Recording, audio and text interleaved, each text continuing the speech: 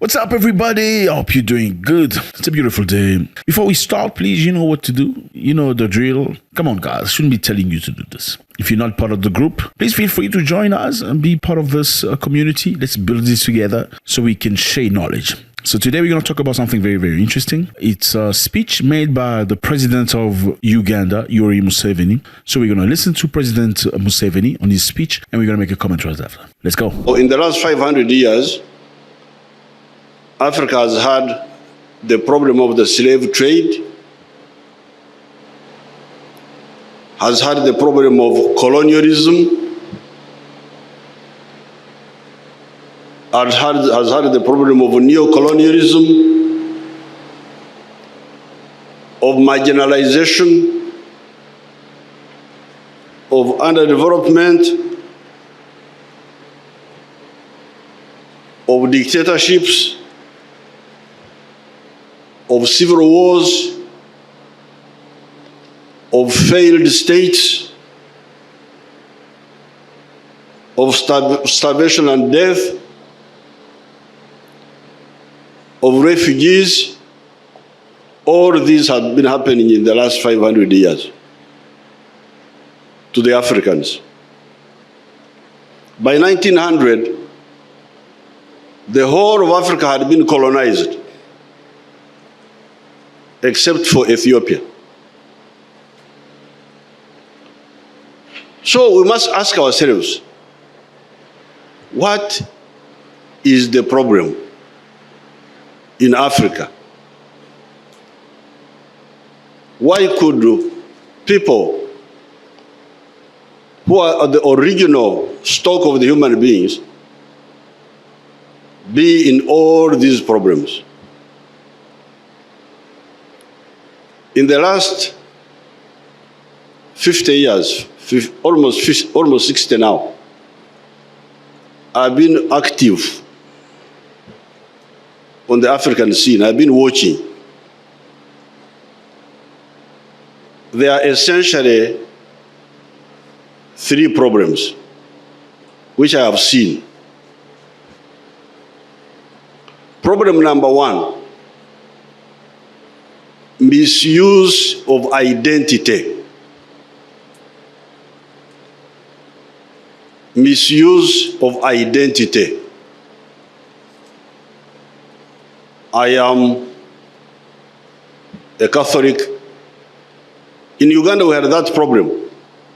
When we got independence, our leaders got it wrong. Even before independence, they had started.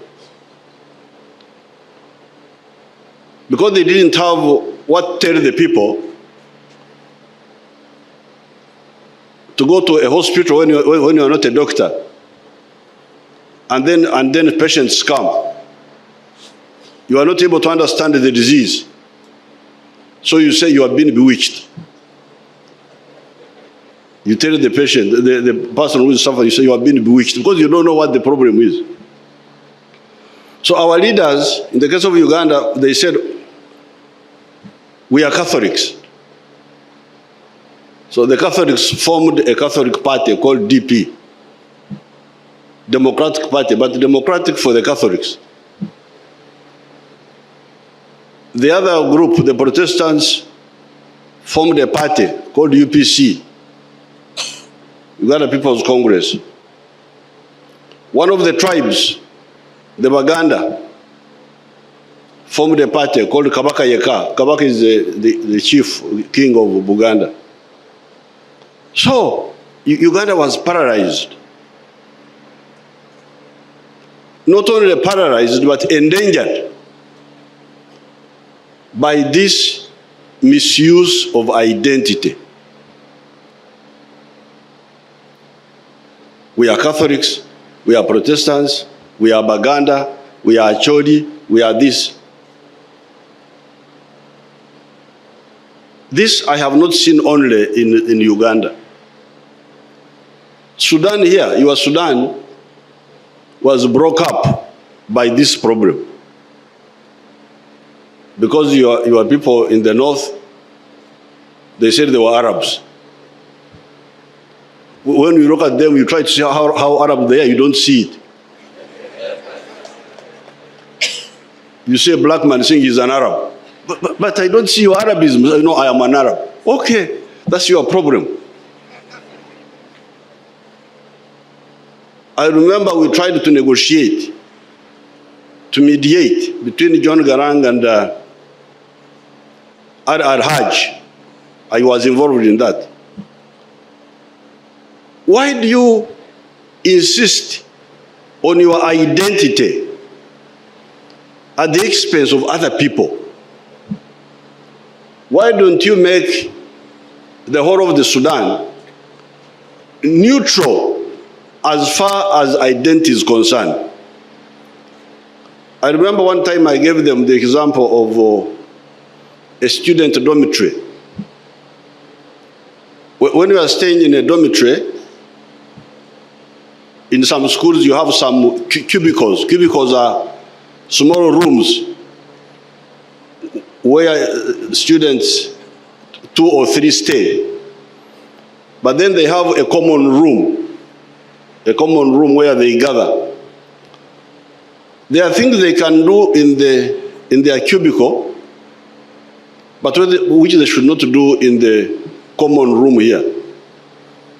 The common room should be for the radio, for the TV. These days, at that time there was no TV, it was many radios, for the newspapers. Then your own things, brushing your teeth and all that, you do it in your cubicle. But you come here in the common room, you start brushing your teeth. We are not interested in brushing your teeth. It's not our common interest. But the issue of identity eventually broke up the Sudan. In fact, in one of the meetings, we IGAD put it to Field Marshal Bashir. We called it DOP, Declaration of Principles. We say either you choose a Sudan which is secular, which does not talk about your religion and your tribe, talks about all Sudanese, or you allow the Southerners to go away. It was called self-determination. And Bashir chose the latter. Said, let them go. I cannot compromise on my identity. So this misuse of identity is a very big poison. But the second problem, yes, in some cases identity can be important. Like in the case of the Sudan. Because in 1961, when I went to the secondary school, I met youth from South Sudan who were in Uganda as refugees. And I asked them, why are you running away? They said the Arabs are killing us. They don't allow us to speak our language. They don't allow us to practice our culture. I was mobilized. I was so angry. Who can stop me from speaking my language? Who can do it? You are looking for trouble to stop me to speak my language? Who are you? Are you God? So from that time, I knew that there was a problem of identity in the Sudan here. And it had to be solved. It could have been solved, but they didn't solve it. In South Africa, we had a problem of identity. Because the whites said Africans cannot vote because they don't know how to vote properly. If we give them a vote, they will misuse it.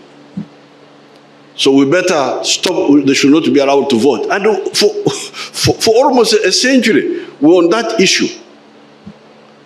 At one time, they were even saying that Africans cannot go to certain bars, certain toilets. So I asked the blacks, why do you fight for the toilets for the whites. If they want to have their own toilets, why do you? What privilege is it to sit on the same toilet with a white man? How does it improve my status, my welfare? Therefore, in the case of South Sudan, in the case of Sudan here, in the case of South Africa, the issue of, in the case of the United States, you remember our African people there, the black people, were being discriminated in the United States. They couldn't ride in certain buses. So in some cases, the problem of identity becomes serious and it needs to be addressed.